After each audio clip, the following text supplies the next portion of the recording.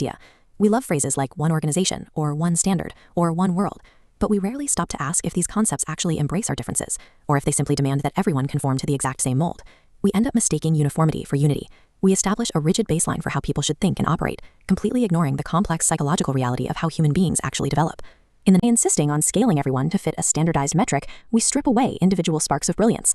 A person's unique potential gets laid bare on a conveyor belt, treated like an interchangeable commodity. Our modern methods of evaluating success have become completely detached from how human talent actually operates. When you apply a mass-produced standard to raw, varied potential, the system breaks down. To see how absurd this mindset really is, imagine taking today's corporate standardization and applying it to history's most creative minds. Picture giving Leonardo da Vinci a hard one-week deadline to complete The Last Supper, demanding he hit specific key performance indicators by Friday. Or think about lighting a fire under the Wright brothers, forcing them into a ridiculously tight timeframe, and telling them their project needs to be airborne by the end of the quarter. Their success relied on the freedom to experiment at their own pace. Without that creative liberty, that delicate biplane never leaves the ground. Enduring structures take immense time to build. You cannot simply squeeze every drop of blood and sweat out of a workforce to rush a masterpiece, no matter how much a manager demands it.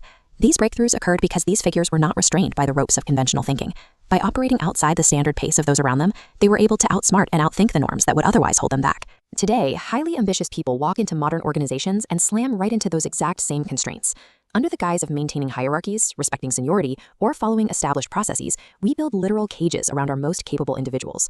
Typical micromanaging bosses set strict rules for exactly how and when tasks should be completed, placing massive roadblocks in the middle of the runways these people try to take off from. Is everyone stuck strictly to a process and shackled themselves to the crowd, humanity would still be sitting in the Stone Age. Significant shifts often require an outlier, a glitch, or a misfit who is willing to shake up the status quo.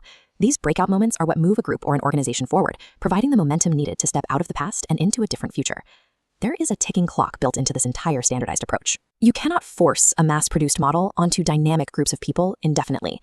When you suppress a natural pace and insist everyone operates exactly the same way, you put a temporary lid on the situation. Underneath, pressure quietly builds. Eventually, stored energy reaches an absolute limit. The tipping point arrives, and suppressed potential violently breaches containment. This forced conformity only lasts until the pressure becomes unsustainable. Once that point is reached, the resulting breakdown often shatters the very system that was trying to keep everything under control, exposing the inefficiency of every attempt to hide individual differences. To avoid that breakdown, we have to move away from rigid micromanagement. We need a more liberal, open-handed style of mentorship. True value is created when you take the time to understand a person's peculiar quirks. Instead of punishing them for deviating from the norm, you leverage their unique strengths. You build an environment where people are allowed to experiment, learn the ropes, and make mistakes without facing instant penalties.